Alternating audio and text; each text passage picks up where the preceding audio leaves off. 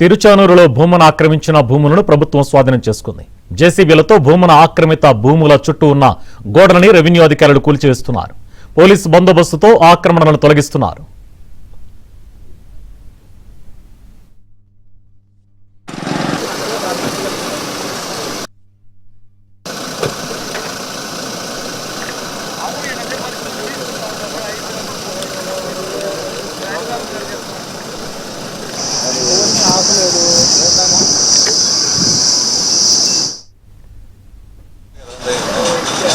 Compound వాళ్ళే కదా sir. ఇప్పుడు ఆర్డర్ ప్రాబ్లం వస్తుంది, ఎవరో వచ్చి గొడవ చేస్తారంటే కబ్జా చేసిన వాళ్ళు వచ్చి గొడవ చేస్తారు.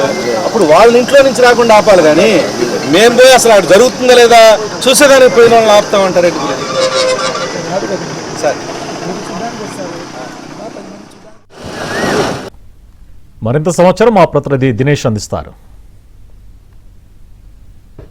తిరుచానూరు పరిధిలో ఉండేటువంటి స్వర్ణముఖి నదీ తీరంలో భూమన కరుణాకర్ రెడ్డికి సంబంధించి ఒక ల్యాండ్ ఆయన కబ్జా చేశారనేటువంటి ఆరోపణల నేపథ్యంలో ప్రభుత్వం నివేదిక వచ్చిన తర్వాత మొత్తం ల్యాండ్కు కట్టినటువంటి కాంపౌండ్ వాళ్ళని కూడా బ్రేక్ చేస్తుంది. అయితే దీనికి ముందు ఈ చర్యలకు ముందు ఆంధ్రజ్యోతి, ఏబిఎన్ ఆంధ్రజ్యోతిలో కథనాలు వచ్చిన తర్వాత ఈ యొక్క స్పందన కనిపిస్తుంది. అయితే ఈ వీటి గురించి మాట్లాడడానికి ఇక్కడ స్వామీజీలు అలాగే సాధు పరిషత్ సంబంధించినటువంటి నేతలు కూడా ఉన్నారు. ఏమిటి చెప్పండి, ఈ జరుగుతున్న పరిణామాలు చూస్తే మీకేమనిపిస్తుంది?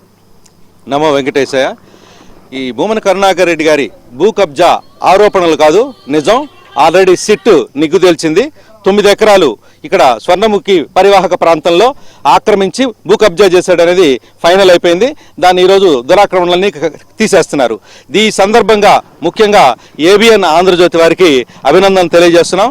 అలాగే కూటమి ప్రభుత్వానికి అభినందనలు కూడా తెలియజేస్తున్నాం, ధన్యవాదాలు తెలియజేస్తున్నాం. అయితే కూటమి ప్రభుత్వాన్ని ఒక చిన్న రిక్వెస్ట్ ఏంటంటే, మా ఆంధ్రప్రదేశ్ సాయుధ పరిషత్ తరఫున అయ్యా ఓన్లీ ఆ గోడలు అట్ట కొట్టేసి వదిలేయకుండా కంప్లీట్గా రికార్డు కూడా ట్యాంపర్ చేశారు ఈ 9 ఎకరాలకి. ఆ రికార్డు కూడా ట్యాంపరింగ్ని తీసేసి ఫ్రెష్ ప్రొసీడింగ్స్, గవర్నమెంట్ ల్యాండ్ ఇది అని ఫ్రెష్ ప్రొసీడింగ్స్ ఇవ్వాలి.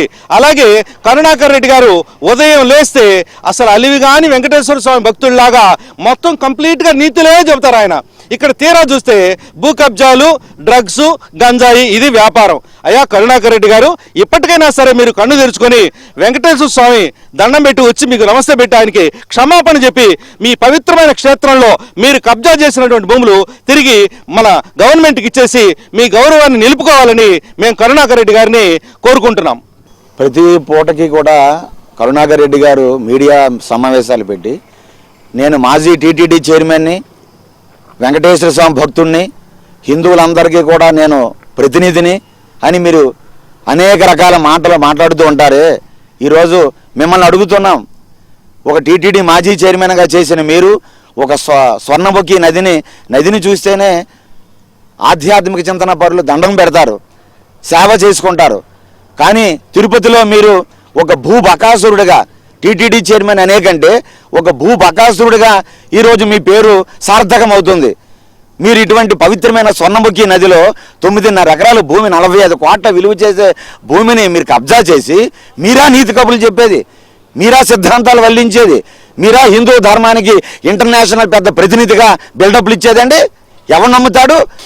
తిరుపతి భద్రత పైన ఎక్కువ దృష్టి పెట్టే చంద్రబాబు ముఖ్యమంత్రిగా ఈ మొత్తం ఇక్కడ ఉండే అధికారులపైన డిపెండ్ అవ్వకుండా దీనిపైన ప్రత్యేకమైన ఒక సిట్ వేసి రెవెన్యూకి సంబంధించినటువంటి ఇక్కడ ఉండే అధికారులు కాకుండా ప్రత్యేకంగా సిట్ వేసి టోటల్గా ఎలాంటి చర్యలు తీసుకుంటారనే ఆసక్తి తిరుపతి ప్రజల్లో ఉంది. ఆ మేరకు చర్యలు కూడా తీసుకోవాల్సిన అవసరం కనిపిస్తూ ఉంది. వీడియో నాగార్జునతో దినేష్, ఏబిఎన్ ఆంధ్రజ్యోతి, తిరుపతి.